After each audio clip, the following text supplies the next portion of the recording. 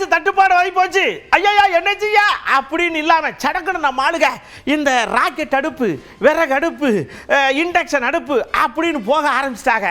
அதனால பழையபடியே இந்த விறகை வச்சு சமைக்கலடா, டேஸ்ட் எப்படி இருக்கு, ஊதுறதுக்கு தீம்டி குழல் வாங்கிடா, நல்லா இருக்கான்னு கேட்டோம்.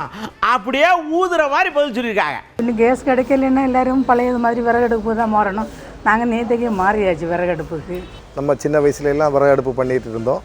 இப்போ மீண்டும் அது விறகடுப்பு போகும்போது உபயோகிக்கும் போது கண்ணு போயிடுறதும் பிள்ளைங்களுக்கு ஒரு இதாக இருக்குது. ரொம்ப கொஞ்சம் கஷ்டமாக தான் இருக்குது. கண் எரிச்சல் இருக்குது. இப்போ இருக்கிற வெயில் டைமில் யூஸ் பண்ண முடியாது இல்லைங்களா, புகை வரும். அதுக்கு உண்டான தேவையான இடம் வேணும் இல்லைங்களா, நம்ம உள்ள ரூம் உள்ளேயும் நம்ம யூஸ் பண்ண முடியாது. அதுவும் வேற வாங்கினாலும் 2 கிலோ 3 கிலோமீட்டர் போய் வாங்கி வந்து அவங்க செய்யணும். வேற நாங்கள் பண்ண முடியும் கேஸ் கிடைக்கணும்னா. அதனால விறகடுப்பை யூஸ் பண்ணுறதா இப்போ சூழ்நிலை. நாங்கள்லாம் வாடகை வீட்டில் இருக்கிறோம். ஸோ அங்கே விறகடுப்போ எரிய வைக்க முடியாது. நாங்கள் விறகடுப்பு எடுத்துகிட்டு எங்கே போகிறதுன்னு தெரில. இண்டக்ஷன் வாங்கினாலுமே இண்டக்ஷனுக்கு உண்டான பாத்திரம் நாங்கள் வாங்கணும்.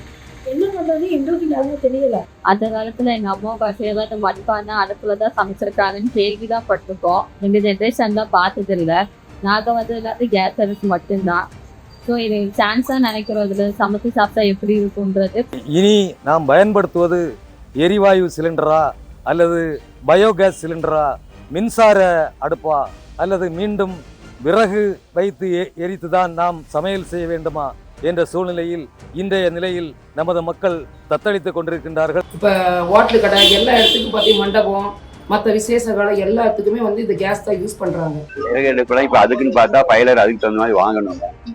இப்போ ஃபைலர்னா இப்போ இதுக்கு தகுந்த மாதிரி இருக்குது, கேஸ் சிலிண்டருக்கு தகுந்த மாதிரி அடுப்பு இருக்குது. அதுக்கு ஃபைலருக்குன்னா கறி இப்போ நாமக்கல் இப்போ ரொம்ப டிமாண்டிங்க. நாமக்கல் எங்கே விற்கிறாங்கன்னு தெரிய மாட்டேங்குது. எங்களுமே வேலை செய்கிறவங்க எல்லாத்துக்கும் பாதிப்பு தான். இந்த சிலிண்டர் கட்டுப்பாடுங்கிறது நம்ம இயற்கையை சார்ந்து எரிவாயை பயன்படுத்துறதுக்கு, விறகு இந்த மாதிரி பயன்படுத்துறதுக்கு ஒரு வரமாக இருக்குது.